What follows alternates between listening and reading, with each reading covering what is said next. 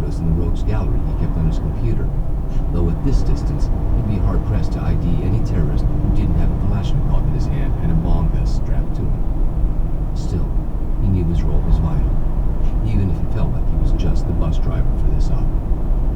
For the 20th time in the past few minutes, Jack checked the driver's side mirror for any police on the sidewalk approaching the hotel from the south.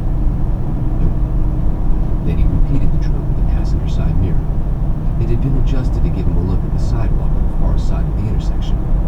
It, too, was clear of police. 3 minutes, said Clark. All units check in at 90 seconds. Ryan started to turn his eyes back to the rear view. Wait. He turned back to the driver's side mirror. A second later, he swiveled around and looked out the back window of the minivan.